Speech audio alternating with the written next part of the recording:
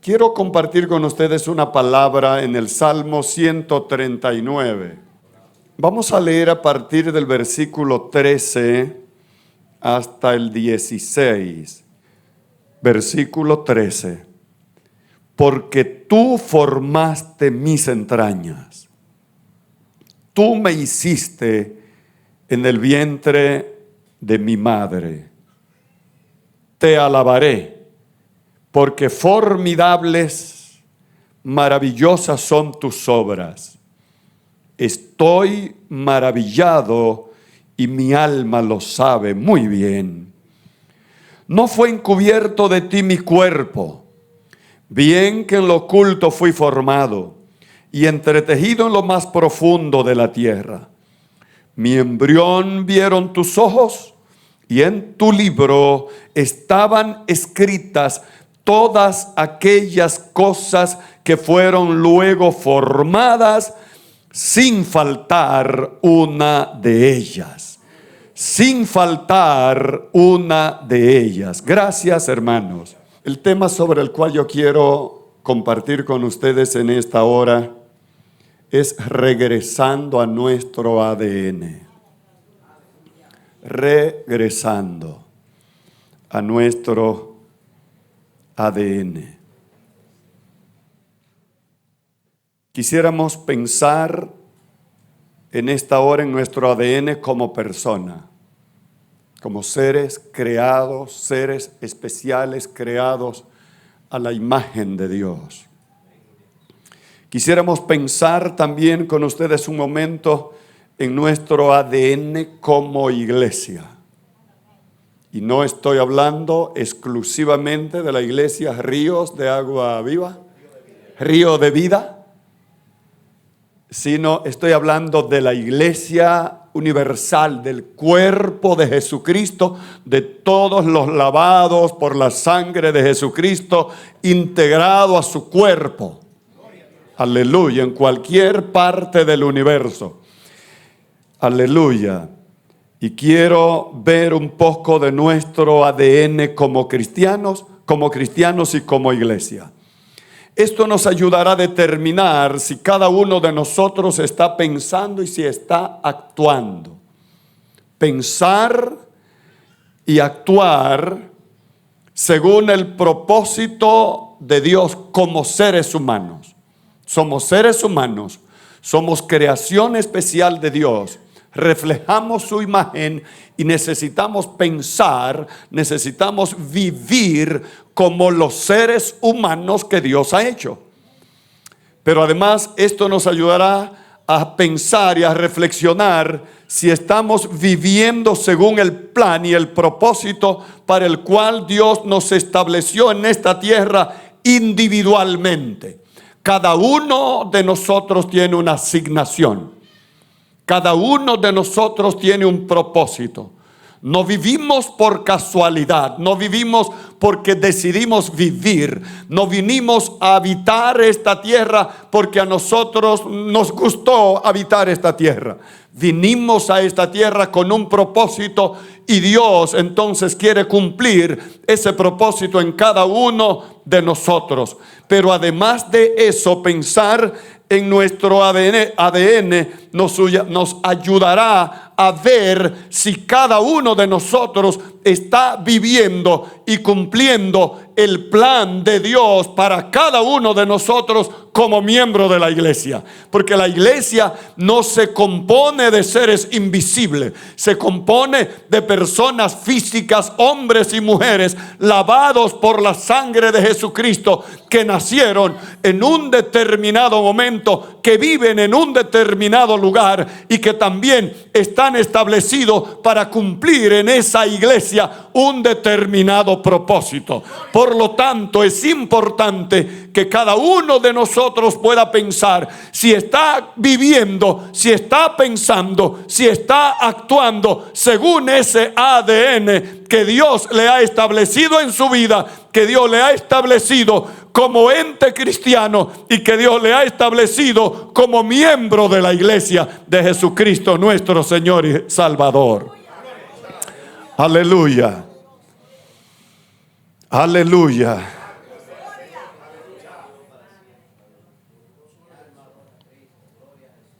Estoy partiendo de la realidad, hermanos, de que nos hemos distanciado de nuestra esencia original, tanto como humanos como también como cristianos.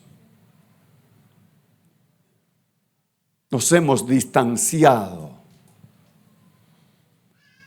hemos descuidado, hemos olvidado lo original de Dios. Y hasta hemos descuidado y hasta nos hemos distanciado de nuestra conversión original. Se apartó el hombre de aquella esencia original que le dio vida, se apartó la familia de la forma original en que Dios la estableció. Se apartan los creyentes de caminar en el primer amor en el que conocimos al Señor. Y por eso Apocalipsis hace un llamado a que volvamos al primer amor. Se apartan a veces las organizaciones, se apartan los ministerios de valores fundamentales, de valores esenciales, de valores indispensables para poder ser lo que en esencia estamos llamados a ser. Nos descuidamos a veces, nos deslizamos a veces, nos distanciamos, y en la medida que nos distanciamos vamos como si fuera perdiendo esa forma original, esa gracia original, ese ADN que Dios ha establecido en cada uno de nosotros para que vivamos según su creación, para que vivamos y actuemos según su propósito. Pero Dios quiere que siempre nosotros pensemos cómo regresamos. Si ese regresar implica que nos tengamos que convertir cada día, amén. Si ese regresar implica que cada vez que vengo a la iglesia haga la oración de arrepentimiento para que ese día su gracia, su sangre, su poder, su Espíritu Santo me integre de nuevo a su cuerpo, pues amén. Pero pienso que necesitamos pensar en eso. Aleluya. Santo es el Señor. Cada vez que siento que me estoy descuidando, que me estoy distanciando de mi llamado original, vuelvo a mi conversión. ¿Cuántos recuerdan aquí el día que se convirtieron? Levánteme la mano si los recuerda. Yo celebro el día 5 de enero del año 1975, igual que como celebro el día 2 de octubre de 1957. En el 57 nací físicamente, en el 56 nací físicamente, pero en el 75 nací espiritualmente.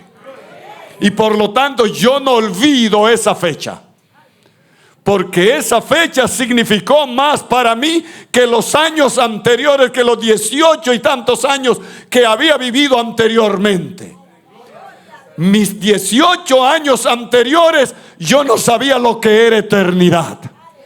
Mis 18 años anteriores yo no sabía lo que era Jesucristo. Mis 18 años anteriores yo no sabía lo que era salvación. Mis 18 años anteriores yo no sabía lo que era vivir en esperanza, vivir con propósito, ser hombre o ser persona feliz.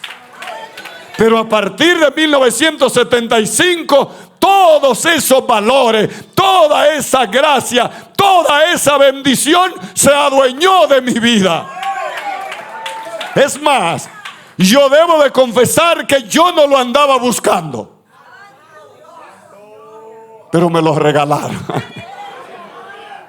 Pero un día alguien dijo: mira qué joven tan bonito para Jesucristo. Yo no sé si era verdad, pero esa misionera, como una loca predicando en todas las calles de mi pueblo, me encontró un día a las 5 de la tarde, frente a frente, me dijo esa palabra: ¿quieres recibirlo? Y yo debo de confesarle, hermanos, que yo no tuve valor de decir que no.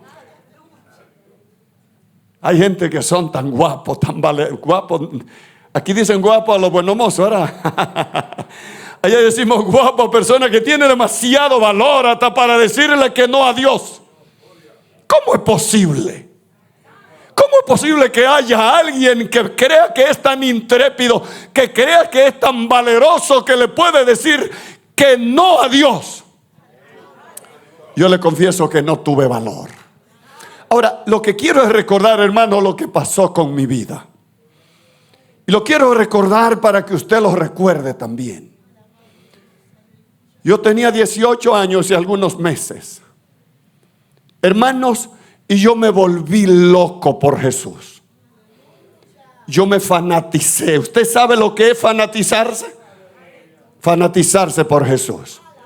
Pero hay unas canciones que luego de muchos años yo he escuchado de algunos música como de que moderna, loco por Jesús.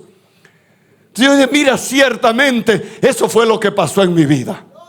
Y eso es lo que me hace pensar en este tema. En que de la misma manera que humanamente nosotros tenemos un ADN que nos fue asignado por Dios el día de nuestra creación, como dice este pasaje, sin faltar nada de lo que Dios quiere que haya en la vida, en el cuerpo y en el ser de cada uno de nosotros. Asimismo fue el día de nuestra conversión. Aleluya. Yo no quisiera olvidar ese día.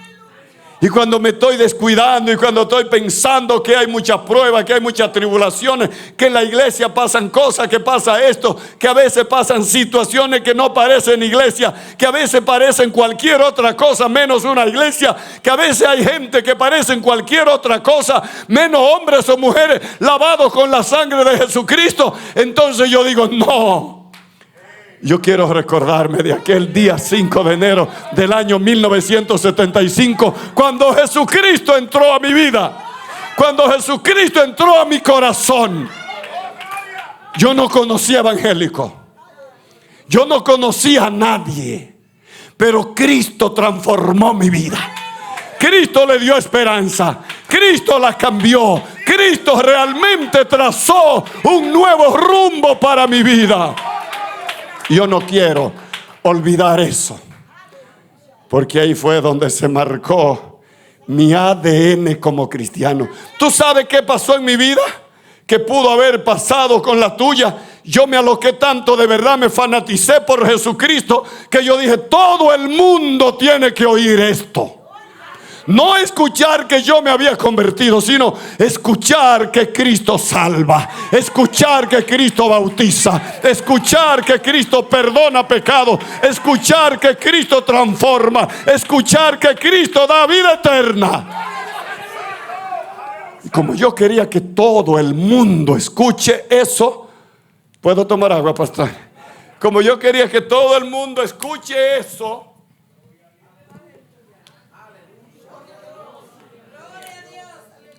me había fanatizado, gracias a Dios. ¿Tú sabes lo que yo hice? Dejé de estudiar. Estaba en pleno bachillerato. Salí a los campos de mi pueblo más profundo, donde no había luz, donde no había calle, no había carretera para entrar en vehículo, a predicar. Hablarle a las gentes casa por casa, a decirle lo que había yo experimentado, a decirle que hay una nueva manera de vivir, a decirle que la cerveza no lo era todo, a decirle que el baile, a decirle que la fiesta, a decirle que la diversión del mundo no significa nada delante del gozo que da Jesucristo. a decirle que la diversión del mundo no hace nada delante de la vida eterna que Dios nos da a nosotros. Eso es pasajero, eso es destructivo, pero la vida eterna de Jesucristo es felicidad, es gozo, es construcción y es esperanza. Y abandoné los estudios. Caminaba 18 kilómetros a pie, 20 kilómetros a pie, sin luz, más que la luz del sol. Y cuando se nos hacía oscuro en esos campos, nos íbamos hasta por semana por ahí profundizando. Dejé de estudiar. Mi papá se quiso poner loco en contra mío por eso. Pero yo sintiendo entonces un gozo tan grande, hermano, una alegría tan grande, una felicidad tan grande, que yo lo quería era que Cristo viniera de una vez. Cristo ven, Cristo ven, Cristo llévame para el cielo, Cristo llévame para la patria celestial, Cristo llévame, que yo quiero vivir y disfrutar esa vida eterna. Yo ahora digo, gracias Señor que no me llevaste en ese tiempo. Pero lo que me hace pensar, hermanos y hermanas, en este tema es ese gozo, esa esperanza, esa aparentemente, esa inocencia, esa santa inocencia que yo sentía, que yo vivía al haberme encontrado con Jesucristo. ¿Y por qué lo estoy trayendo a colación en esta hora al pensar en este tema de regreso a nuestro ADN? Porque a mis largos años en el Evangelio, 47 años en el Evangelio, he visto tantas personas que dejan al Señor por boberías, por tonterías, por cualquier quítame esta paja en la iglesia, por cualquier hermanito o hermanita, por cualquier líder que le haga algo que a ellos no les gusten, ya quieren abandonar al Señor, quieren abandonar la iglesia, quieren dejar el evangelio, quieren dejar el llamado de Dios, quieren dejar la asignación de Dios y no piensan en qué pasó ese día.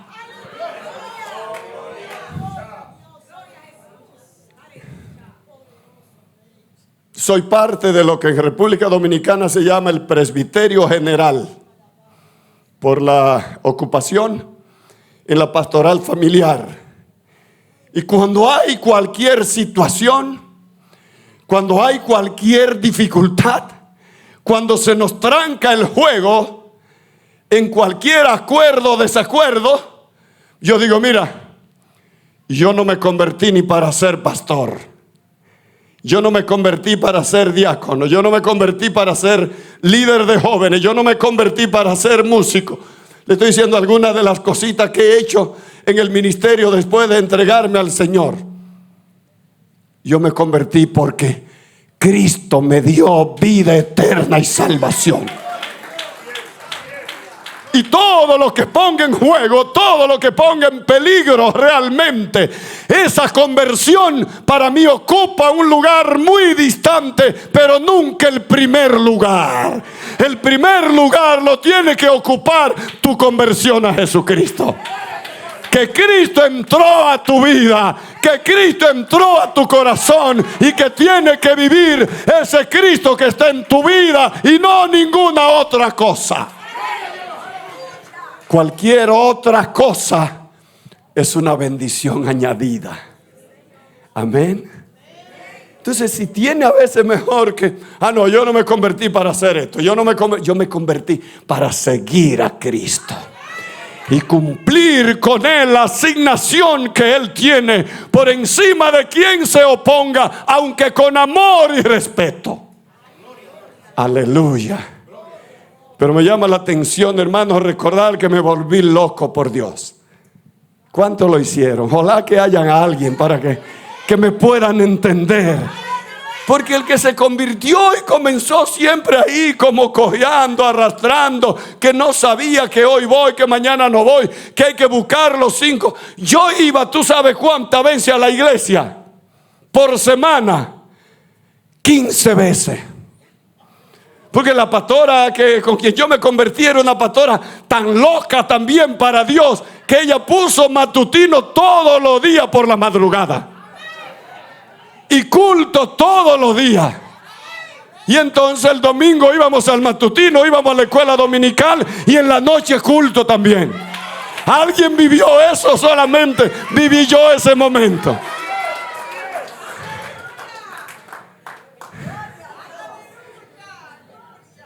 Aleluya, qué bueno, hermano. Qué bueno. A veces yo digo, ay, Señor, cómo nos hemos acomodado. Estoy hablando de Santiago exclusivamente, la iglesia que conozco por 30 años. Cómo nos hemos acomodado. Que la gente viene al culto y quisieran que sea el culto en microondas. Quieren recibir la bendición, pero que sea rápido. Quieren recibir, quieren adorar a Dios, pero que sea rápido. Aleluya. Bueno, eso no era parte de lo que... Pero lo que quiero es recordar ese momento. Ahora, para que nadie vaya a pensar, gracias a Dios, que entonces unos primos que conocían el evangelio hacía mucho, aprovecharon una ocasión que yo fui a la capital a una campaña que celebraba un evangelista que vino de Puerto Rico llamado May Pérez. En el puente de la 17 duró allí 21 días de campaña. Si hay alguna persona de esa generación de los 70 que pueda recordar eso, ahí se levantó en Santo Domingo lo que comenzó llamándose el movimiento de tumbar gente. Entonces May Pérez, un predicador puertorriqueño, vino ahí y me trajeron de mi pueblo, de mi campo, para conocer y ver esa campaña y para que también yo pasara y el evangelista me ungiera, y me ungió también. Lamentablemente no caí. Y dije, pero ¿qué pasó? Tanta gente que yo veo que cayeron, y ¿por qué yo no caí? Pero esa campaña sirvió entonces para que los primos míos que tenían mucho conocimiento del evangelio y que eran profesionales me sentaran. Me dijeran, mira Pedro, tú no tienes que dejar tus estudios. Para ser cristiano no tienes que dejar tus estudios. Para amar a Dios no tienes que dejar tus estudios. Para cumplir la voluntad de Dios no tienes que dejar tus estudios. Puedes seguir amando a Dios, puedes seguir loco por Dios, puedes seguir loco por ese amor que conociste, por esa salvación de Dios, pero no tienes que dejar tus estudios. Y yo escuché el consejo. Volví entonces a mi pueblo, hice los arreglos y le digo al director del liceo donde estudiaba, licenciado, vuelvo para el liceo a terminar mis estudios. Qué bueno, Pedro, qué bueno, cuánto me alegra. Tú eres un muchacho prometedor, tú eres un muchacho inteligente, así es que vuelve. Y cuando vuelvo, hermanos, a estudiar al liceo, después de un tiempo de haber abandonado, tuve que repetir el curso que había abandonado. Tú sabes lo que pasó. El director del liceo, licenciado Edgardo Ramírez, entonces pasó un memorándum, una orden a cada curso, a cada profesor, ordenándole que cada clase de religión o de formación humana que le correspondiera a ese curso, que me invitaran a mí para que le hable de Jesucristo.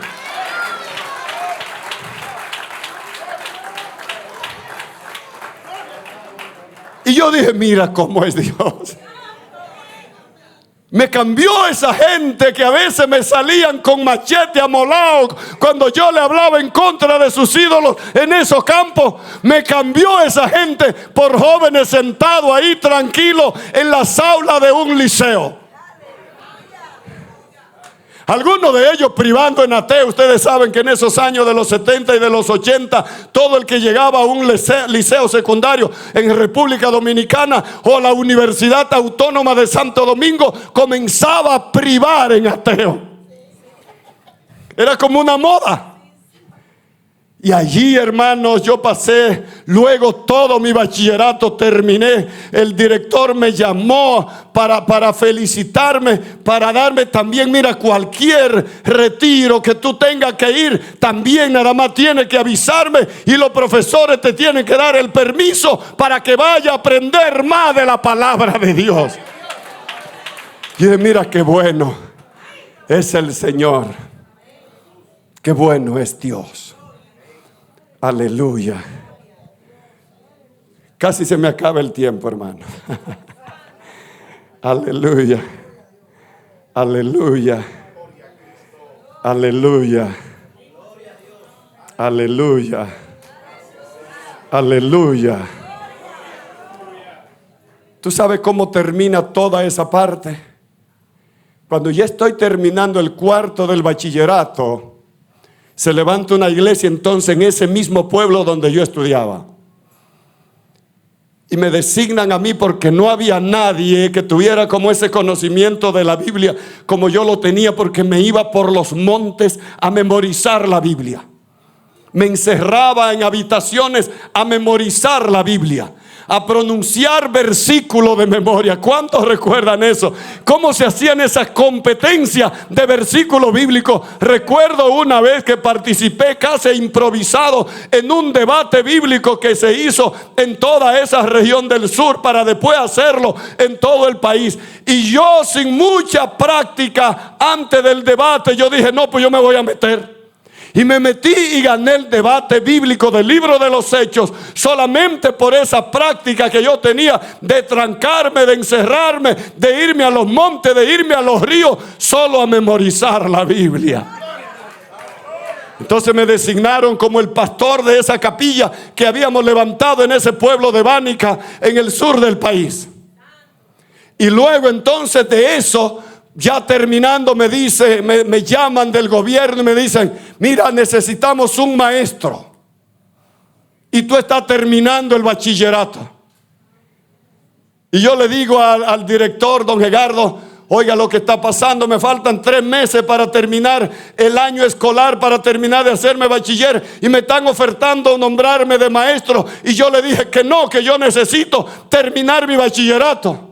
Y él me dijo, no señor, tome esa escuela, acepte ese nombramiento, que yo le garantizo que usted va a pasar su curso, porque usted tiene muy buena nota y usted además se ha demostrado que es como si fuera el capellán o el consejero del liceo, así que usted puede tomar esa escuela. ¿Y tú sabes dónde termina esa parte?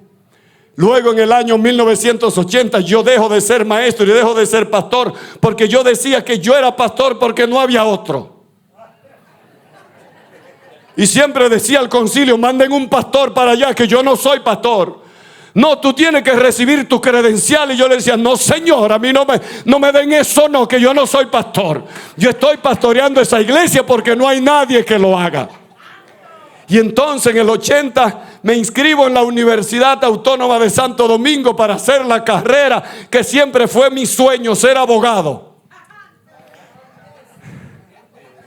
Y hermanos, en plena alma mater de la Universidad Autónoma de Santo Domingo, el Señor me dice, te hallas grande dejar la escuela y dejar la iglesia para entrar al instituto bíblico, y no te lo hallas grande para entrar a esta universidad. Se apoderó de mí un temor, hermanos, que regresé a mi pueblo con miedo. Y de allá tuve que tomar luego para volver a las oficinas del instituto a solicitar la inscripción. Cuando la solicito me dicen, no, ya el grupo que había para este año se llenó y ya no hay más solicitudes. Digo, tranquilo hermano, que yo lo que quería era quitarme esa carga que siento en mí. Cuando le digo así, entonces el director me dice, de todas maneras llénate una solicitud por si acaso. Digo, anda la porra, ¿qué pasó?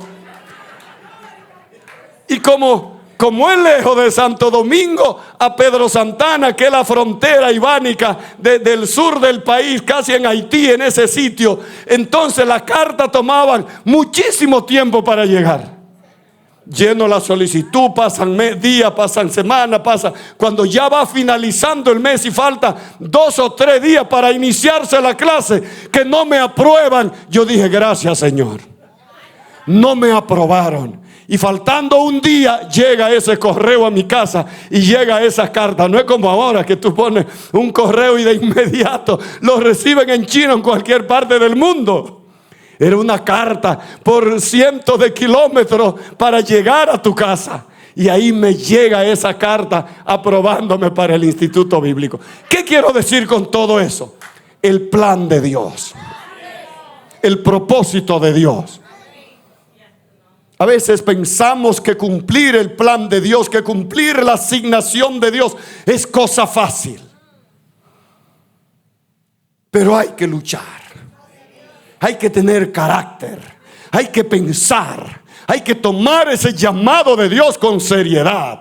Hay que tomar a Dios con seriedad, aunque no te ponga loco, loca como yo me puse, pero hay que tomarlo bien en serio, porque no hay nada más significativo en la vida de una persona que ese encuentro que tuvo con Jesucristo en su alma. Aleluya. 2 o 3 cositas más, pastor, y termino. ¿Le pasa, pastor, como me pasa a mí? Los hermanos a veces dicen, cuando él dice que termine, entonces que falta. Aleluya. Aleluya. Aleluya. Este salmo, mis amados hermanos, nos presenta el hombre, el ser, la esencia de nuestra humanidad. Cómo Dios nos pensó. El salmista piensa en él. El salmista se conecta con su alma, con su espíritu, con toda su inteligencia. Y luego entonces él mismo reflexiona y dice: tú formaste mis entrañas. Tú fuiste que me hiciste en el vientre de mi madre. Si tú fuiste que me hiciste en el vientre de mi madre, si tú fuiste que creaste la complejidad de mi ser, el milagro de mi ser, ¿cómo funciona esta máquina? ¿Cómo funciona este ser? Donde hay una interconexión tan perfecta, tan especial, entre la operación de lo que es mi cuerpo, entre todas las células, la armonía que hay entre todas las células que operan en mi cuerpo, donde hay una perfecta armonía entre todos los órganos que tienen que operar, que tienen que funcionar para que yo exista, para que yo tenga vida, pero también todo lo que tiene que operar para que yo pueda recibir la vida de Dios en mi ser. Cuando él piensa la perfección de la interconexión entre su alma, su espíritu, su ser, su cuerpo, entonces él dice: esto no puede ser obra humana, esto no puede ser obra de la ciencia, esto no puede ser obra de la casualidad. Esto tiene que ser la obra de un creador inteligente, de una potencia inteligente. Por lo tanto, fuiste tú el que me creaste en el vientre, fuiste tú el que creaste mi vida, fuiste tú el que creaste mi inteligencia. Aleluya. Ahora lo importante, como dice él, mi alma lo sabe muy bien. Mi alma. Cuando nuestra alma está conectada al Dios Todopoderoso, cuando nuestra alma funciona de manera normal, como debe de funcionar perfectamente, este ser humano tiene que reconocer: no hay otra sabiduría que pueda sustituir la sabiduría de Dios, para que tu alma tenga que reconocer que solo Dios fue el que te creó, que solo Dios hizo quien tú eres y lo hizo de manera que pueda funcionar y operar a toda capacidad para que le traiga gloria a Él y a nadie más. Solamente gloria a Él. A eso es lo que yo estoy llamando ADN.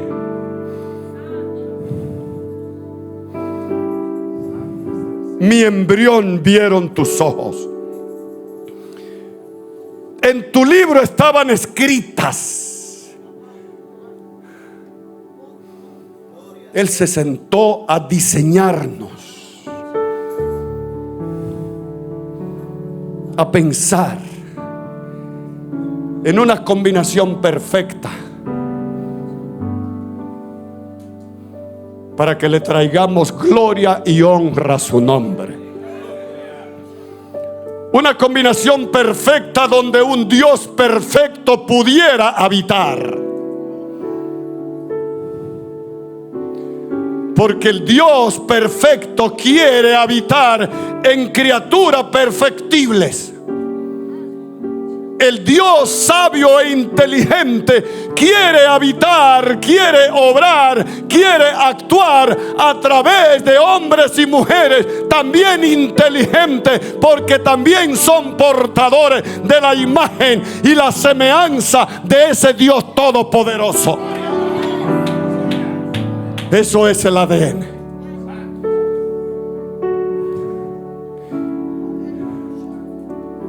Aleluya. Aleluya.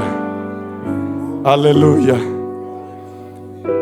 Científicamente es una sigla para el ácido desoxirribonucleico, que es una molécula compleja que se encuentra en cada una de nuestras células y contiene todas las instrucciones que necesitamos para procrear y para mantener la vida. Dios. En 1990 un genetista inicia lo que se llamó el proyecto del genoma humano, uno de los mayores descubrimientos científicos de este siglo. Buscaba descodificar el mapa de la vida. Es el manual de instrucción de cómo es posible la vida y de cómo ésta puede perpetuarse en la tierra. Los hallazgos de esta investigación fueron tan maravillosos que su director, un premio Nobel de la medicina, terminó entregándole su vida a Jesucristo. No era creyente, no era cristiano. Entendía que podía descodificar todas esas células del cuerpo, todos esos códigos que reflejan, que proyectan la gracia, la perfección del Dios creador de los cielos y de la tierra y de todo lo que es nuestro corazón, todo lo que es nuestra vida. Y luego entonces termina entregándole su vida a Cristo. Él quería ver cómo eliminaba las enfermedades, para que esas enfermedades de transmisión hereditaria que pasan de padres a hijos, de generación a generación, no sigan pasando. Pero fue imposible. Por eso no tuvo más que entregarle su vida a Jesucristo. Se dice que el ADN es capaz de almacenar información de forma miles y miles de veces más compacta que los mejores dispositivos electrónicos actuales para el almacenamiento de datos o de información.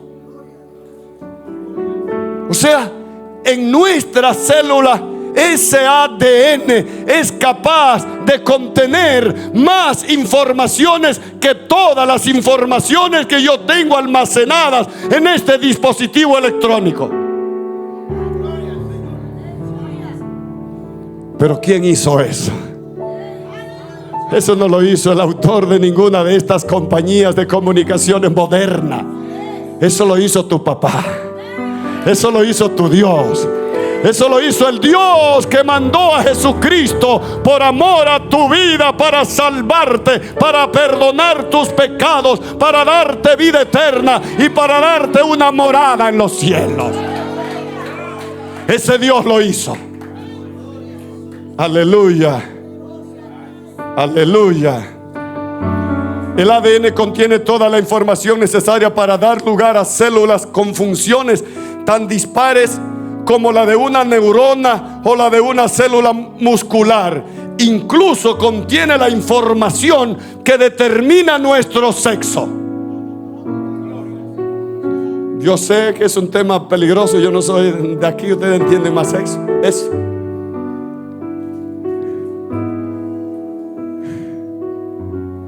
Eso lo determina Dios.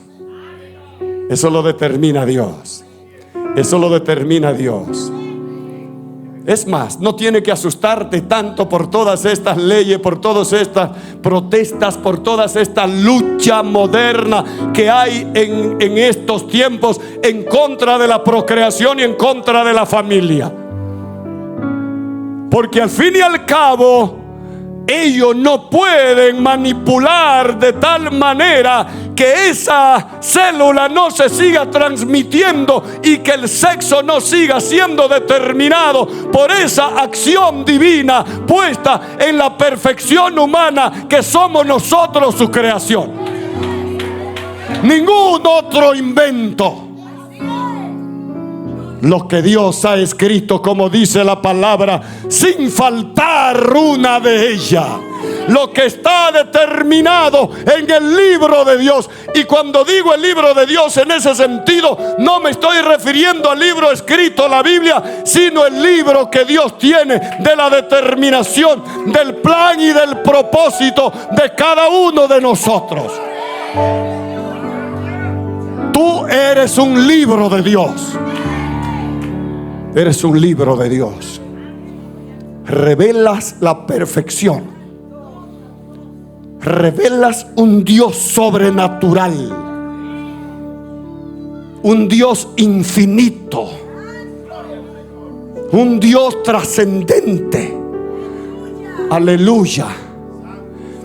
Y el hecho, como decía alguno de los filósofos antiguos, el hecho de que nosotros podamos pensar en la existencia de ese Dios sobrenatural, de ese Dios trascendente, de ese Dios con el cual nos podemos comunicar, eso mismo revela la perfección de ese Dios al crearnos a nosotros.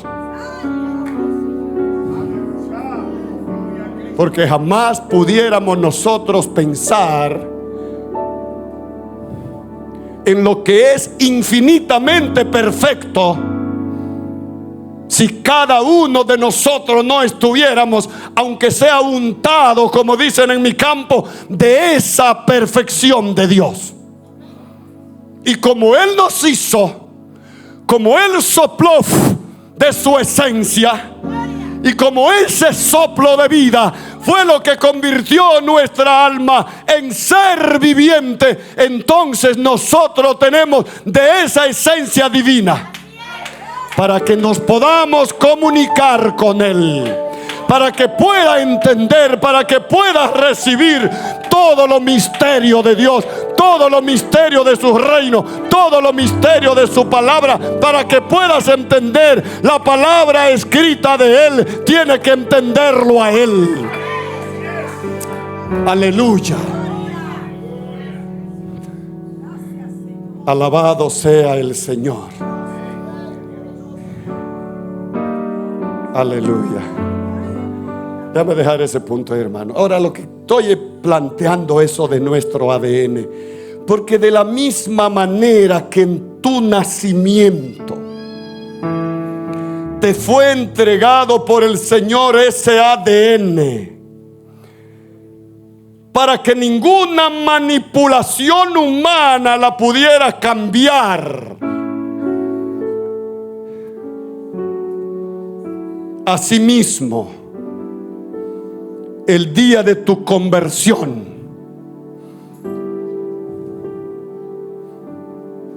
Dios puso en tu vida espiritual el ADN de Jesucristo. Eres receptor de un ADN espiritual. Eres receptor de un ADN de perfección. Eres receptor de un ADN de santidad. Eres receptor de un ADN de gracia. Eres receptor del ADN de Jesucristo, para que mediante ese ADN tú puedas cumplir el propósito de Dios para tu vida en esta tierra.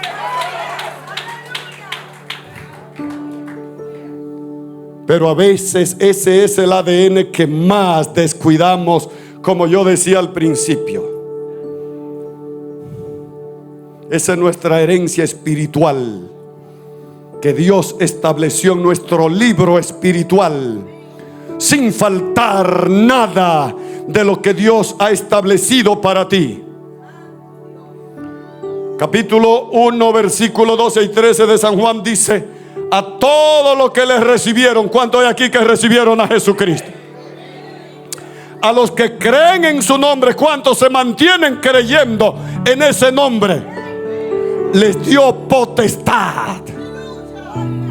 ¿Potestad de qué? Yo no quiero menospreciar su ciudadanía norteamericana, pero la potestad que él dice aquí que le dio a usted está por encima de la ciudadanía norteamericana.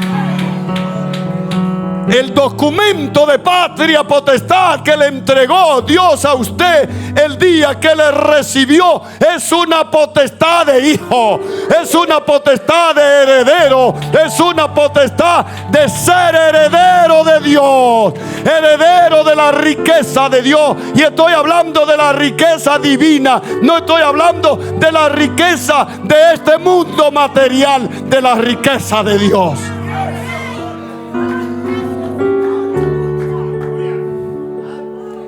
Pero a veces, hermanos, descuidamos esa riqueza.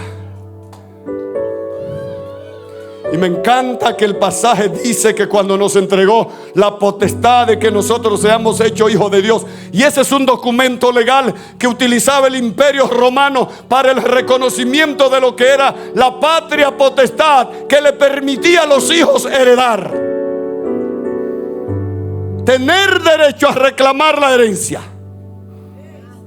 contrario a otros derechos donde no heredaban así. Entonces aquí sí heredaban.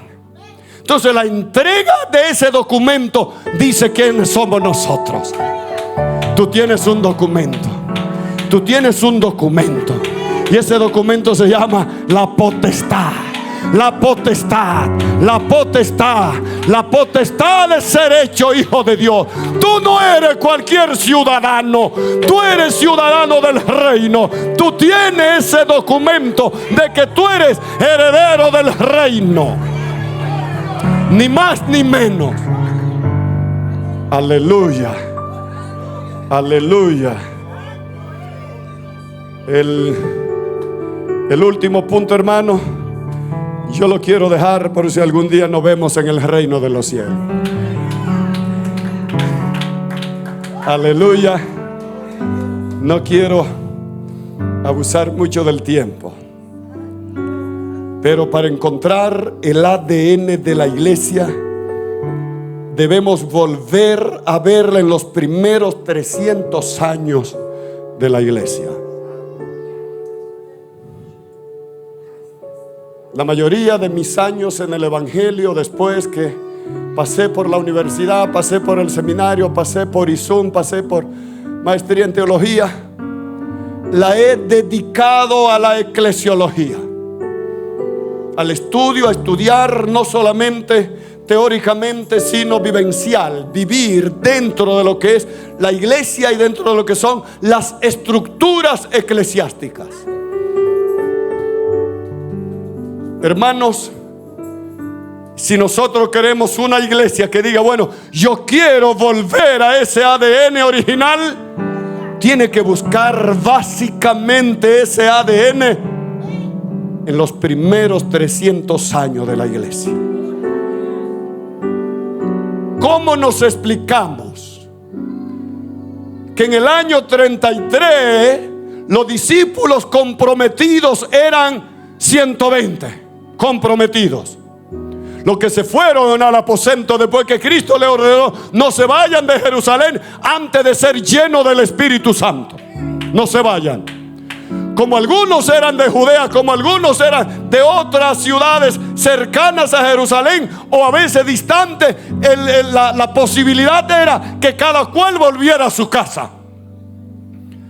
Pero Cristo pensó: si estos se van a su casa llenos de miedo, adiós evangelio, adiós misión. Por eso le dijo: no se vayan hasta que ustedes no sean llenos del Espíritu Santo. Y dice que cuando fue alzado al cielo, los discípulos entonces volvieron a Jerusalén y se quedaron en la casa de un aposento alto, donde allí estaban orando unánimes juntos.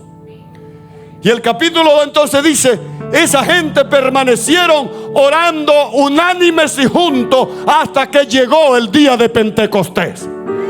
Y cuando llegó el día de Pentecostés, todos estos que estaban orando unánimes y juntos fueron llenos del Espíritu Santo. Y cuando fueron llenos del Espíritu Santo, vino sobre ellos un poder que transformó su lenguaje, que transformó su lengua, para que su lengua no solo hable lo que su inteligencia quería que ellos hablen, sino lo que el Espíritu Santo quería que ellos hablen, para que puedan llevar el evangelio hasta lo último de la tierra. Aleluya, aleluya. Oh, gloria, gloria, gloria. ¿Qué podemos decir? Una iglesia ilegal, perseguida, maltratada, deshonrada, no era nada honorable. Aleluya. Pero en solo 300 años, la influencia de esos 120 llegó a dominar el imperio, el poderoso imperio romano. Llegó a trascender frontera, pero llegó al palacio. Teóricamente se convierte el emperador y entonces declara el cristianismo religión oficial. Y ahí es donde la iglesia no ha sabido mantener su ADN en ambiente de comodidad y de tolerancia. Aleluya, aleluya. Parece incongruente, parece contradictorio que en ambiente de tolerancia la iglesia se enfría más que en ambiente de pleito, que en ambiente de lucha, que en ambiente de guerra, que en ambiente de persecución. Porque el ADN que Cristo puso en la iglesia, el ADN que Cristo puso en cada cristiano, es 1000 veces más poderoso que toda la ley de tolerancia que pueda dictar gobierno alguno a favor de la iglesia. Nada opera tan a favor de la iglesia como la gracia de Dios, el ADN de la iglesia, el ADN de Dios, el poder del Espíritu Santo obrando en la vida de cada creyente. Nada. Aleluya, aleluya. En mi país hay un refrán que dice que sí, te invitan la primera, bienaventurado el predicador que cuando lo invitan la primera vez predica corto, porque será invitado otra vez. Así que ya yo perdí ser invitado otra vez. Aleluya. Hermanos, esto me emociona, esto me emociona. Esto me emociona pensar en que los discípulos de Jesucristo en que la iglesia del primer siglo, la iglesia de la catacumba, la iglesia de la persecución, usaban a los cristianos como si fueran antorchas encendidas para alumbrar caminos para muchos de los soldados romanos caminar. Rociaban combustible en los cristianos para que nieguen a Jesucristo, o de lo contrario serían encendidos como luces para alumbrar caminos. Pensar que por ser cristiano tú podías ser objeto de ser lanzado al circo romano para que la plebe se pudiera divertir con los cristianos frente a leones hambrientos.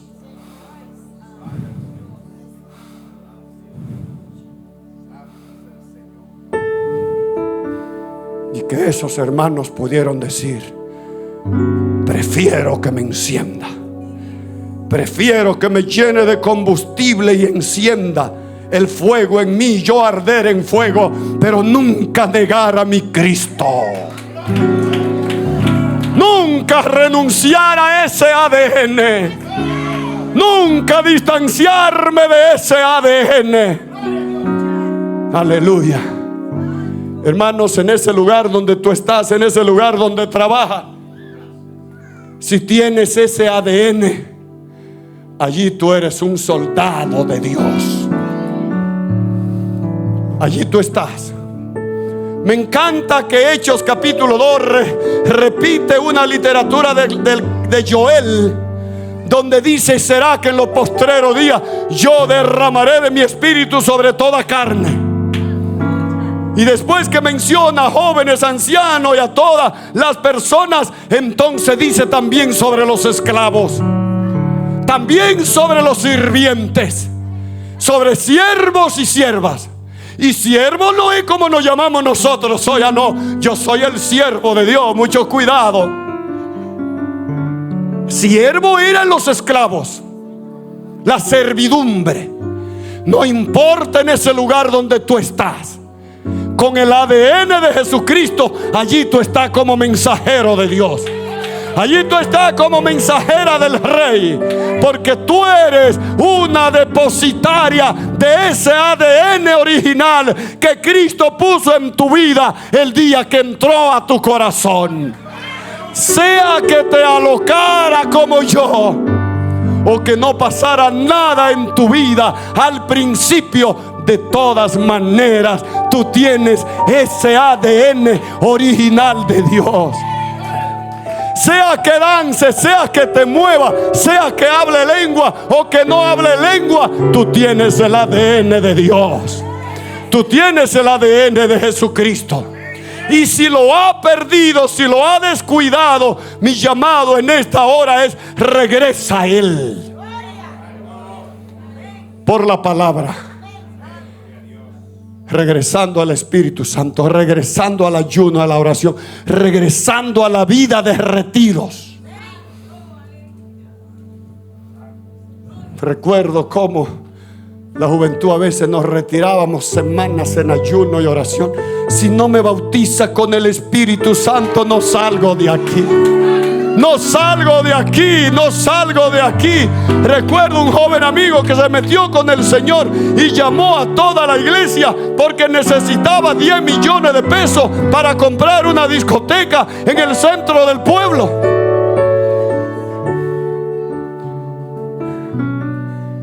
Y él dijo: Dios me dijo que me tranque a orar, y hasta que no tenga los 10 millones que no salga. Los hermanos de la iglesia que quieran trancarse conmigo, los invito. Ahora cerraré la puerta y nadie podrá salir hasta que no tengamos los 10 millones de pesos.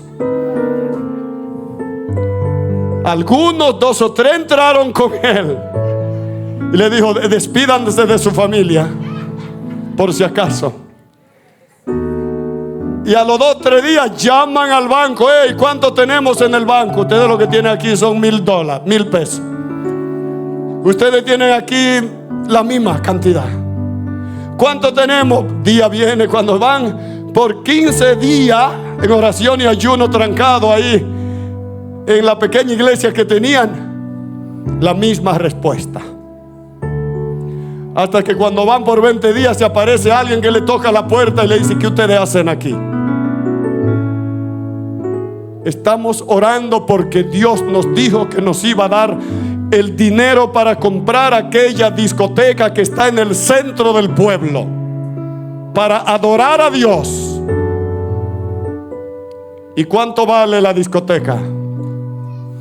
La discoteca piden 7 millones por ella. Salgan de aquí, que el Señor me dijo que les depositara un cheque de 10 millones. Parece ficción. Parece ficción. Pero yo lo conozco. Fue discípulo nuestro, lo lanzamos al ministerio cuando éramos pastores en Santo Domingo. Y la iglesia está ahí. Los 10 millones sirvieron para comprar la discoteca y para establecer al lado de la discoteca una planta de purificación de agua y darle agua a toda esa comunidad de Elías Piña. Por si alguien conoce Elías Piña, allá en el sur del país, frente al parque de Elías Piña, en este momento, ahí está la iglesia Asamblea de Dios. No estoy hablando de ciencia ficción, no estoy inventando. Yo no invento testimonio. Pero Dios es poderoso. Dios es real. Póngase sobre su pie, hermano.